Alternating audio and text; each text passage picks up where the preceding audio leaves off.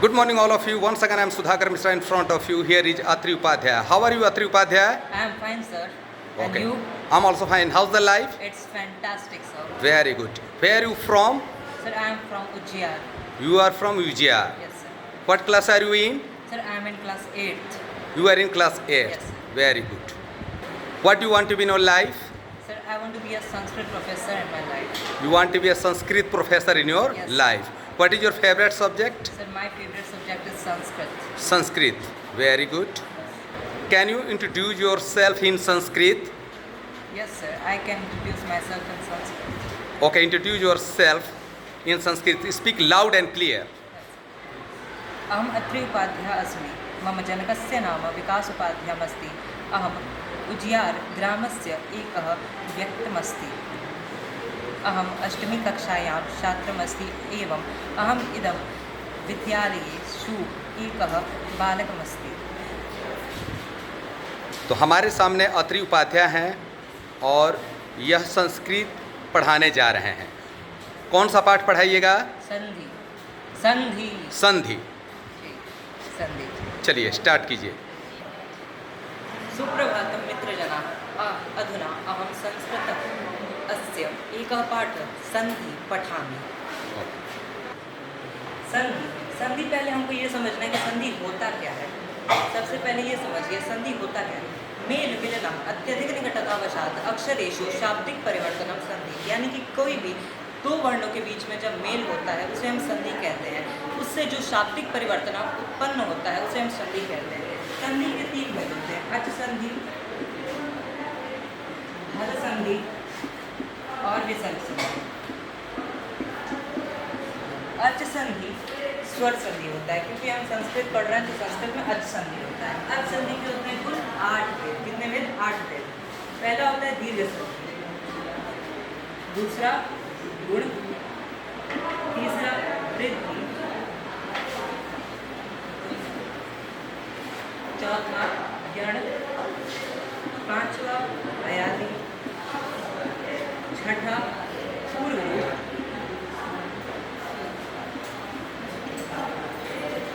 पर रूप, प्रकृति.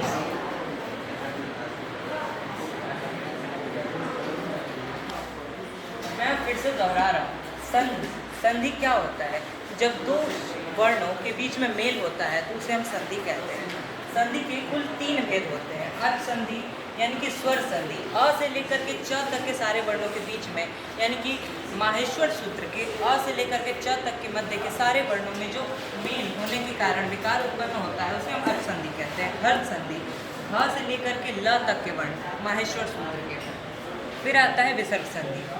विसर्ग संधि यानी कि एक पहला जो पूर्व पद होता है उसमें जब विसर्ग हो और उत्तर पद में कोई और वर्ण हो, या तो अच हो या तो हल हो, तब विसर्ग संधि होती है. संधि हमको पढ़ना है तो सबसे पहले हमें माहेश्वर सूत्र को पढ़ना बहुत ज़रूरी है. माहेश्वर सूत्र क्या है? माहेश्वर सूत्र का नाम सबसे पहले हम लोग देखेंगे. इसका नाम माहेश्वर सूत्र क्यों रखा गया? ये शिव जी के द्वारा रचित एक सूत्र है. जब पाणिनि जी एक महर्षि हैं संस्कृत के, जो कि संस्कृत के सबसे बड़े व्याकरण भी हैं, उन्होंने अष्टाध्यायी की रचना की है. उसमें सबसे पहले उन्होंने माहेश्वर सूत्र को लिखा है.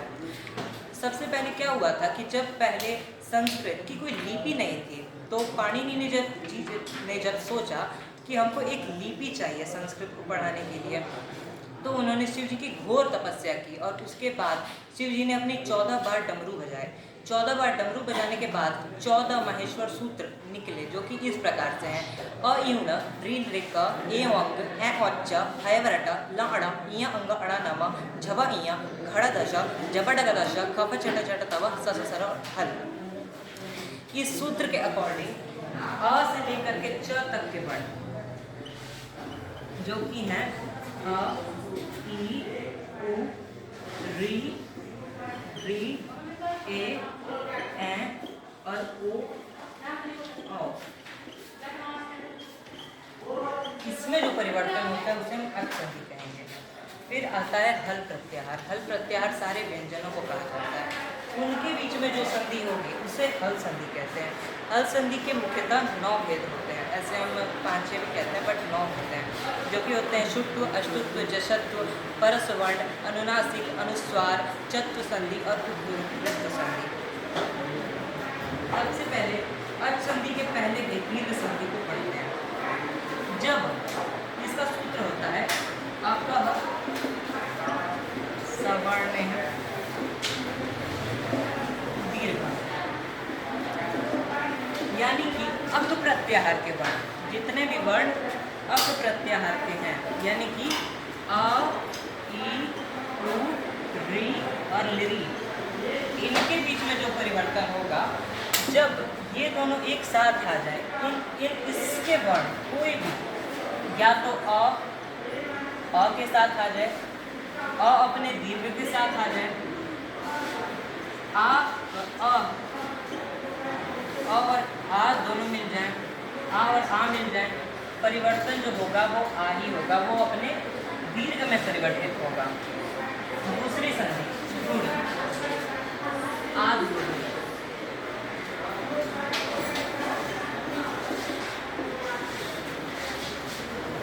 दीर्घ संधि रूढ़ संधि में होता क्या है कि जब हम अ या ई का अ का ई से मेल करेंगे तो एक उत्पन्न होता है।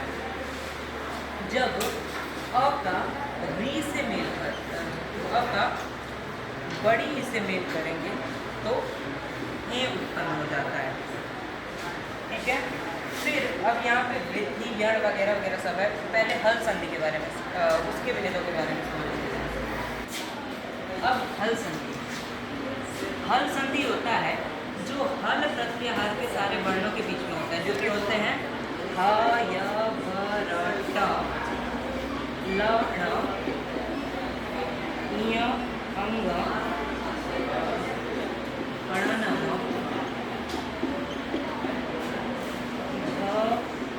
भ, ञ, भ,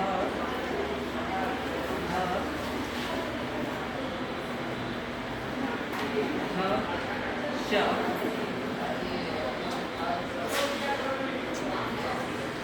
ह, फ, छ, ट, त, व, ज, ज, ड, ग, द, श, स,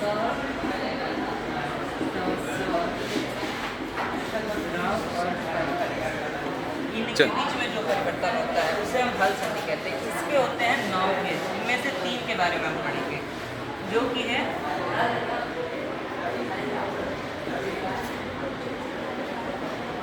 और जशत्व संधि। मैं अत्रि उपाध्याय समय के अभाव को देखते के कारण मैं आपको ये कहना चाहता हूँ कि अब हमें ये कक्षा यहीं, मैं अत्रि उपाध्याय समय के अभाव को देखते हुए अब ये कहना चाहता हूँ कि बाकी की बात हम कल करेंगे। मैं संस्कृत के बारे में आपको ये बताना चाहता हूँ कि जैसे हम आजकल संस्कृत को बिल्कुल भाव नहीं देते हैं, हम कुछ भी संस्कृत के बारे में हम जानना ही नहीं चाहते, तो हमें संस्कृत के बारे में जानना चाहिए, क्योंकि वो हमारे अतीत की भाषा है। सारी भाषाएं जो कि आज हम बोलते हैं वो उसी से निकली हैं, और ये हमारी धार्मिक भाषा भी है, इसीलिए खुद भी पढ़ें संस्कृत और बाकियों को भी पढ़ाएं। धन्यवाद। बहुत बहुत धन्यवाद।